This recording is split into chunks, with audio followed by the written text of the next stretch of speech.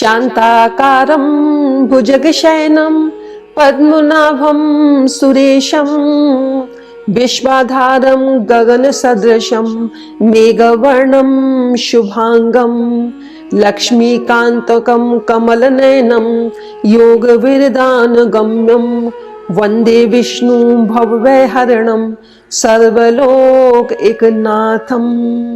आप सभी को सफला एकादशी की हार्दिक शुभकामनाएं। आप सभी के जीवन में भगवान विष्णु और माता लक्ष्मी की कृपा सदैव बनी रहे, ऐसी मेरी शुभकामनाएं हैं।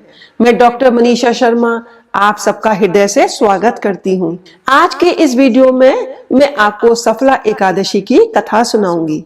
तो चलिए अपने इष्ट देव को प्रणाम करते हुए आज की कथा का शुभारंभ करते हैं।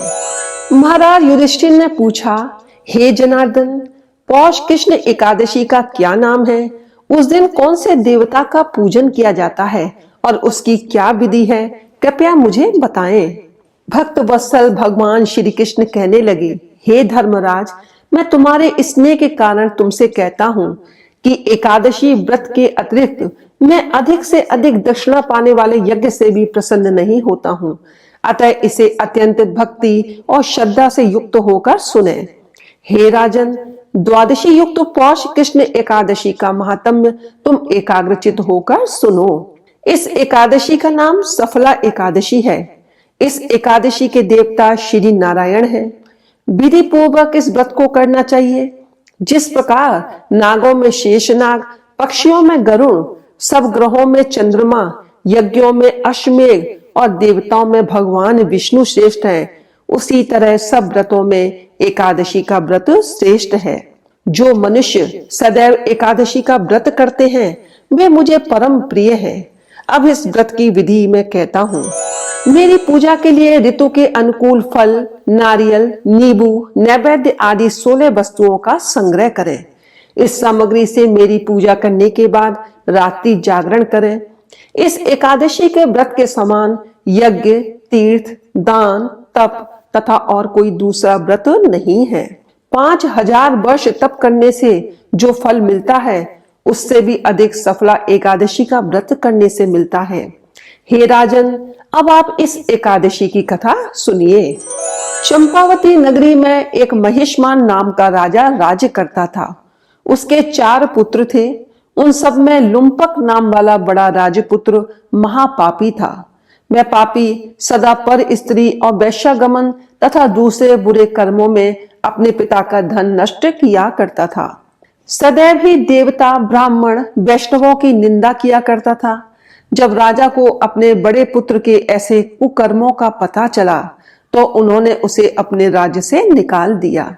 तब वह विचारने लगा कि कहाँ जाऊं, क्या करूं। अंत में उसने चोरी करने का निश्चय किया।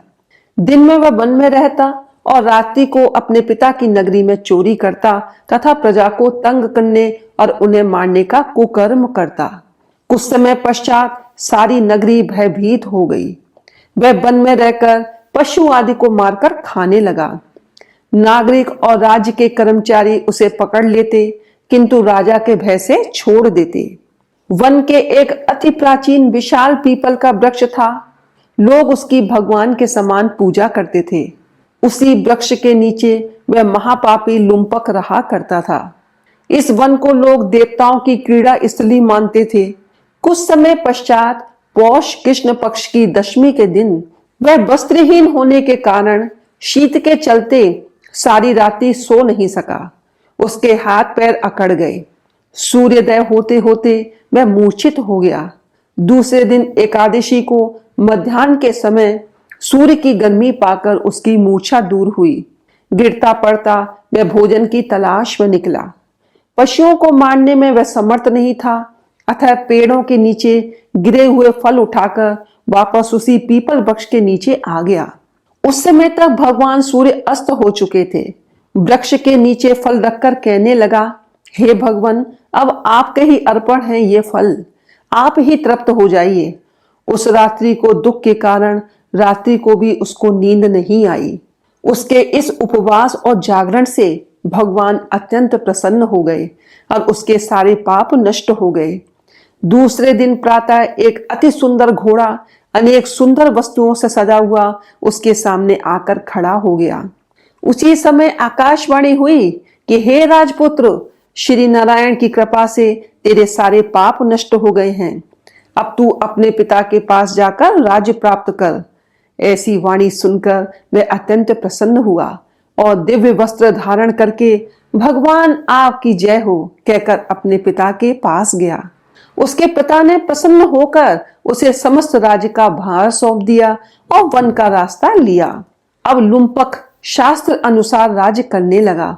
उसके स्त्री पुत्र आदि सारा कुटुंब भगवान नारायण का परम भक्त हो गया। वृद्ध होने पर वह भी अपने पुत्र को राज्य का भार सौंपकर वन में तपस्या करने चला गया और अंत समय में बैकुंठ को प्राप्त हुआ।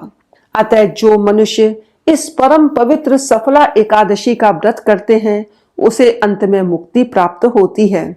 जो नहीं करते वे पूंछ और सींगों से रहित पशुओं के समान हैं। इस सफला एकादशी के महात्म्य को पढ़ने से अथवा श्रवण करने से मनुष्य को अश्वमेध यज्ञ का फल प्राप्त होता है। बोलो भगवान विष्णु जी की जय हो।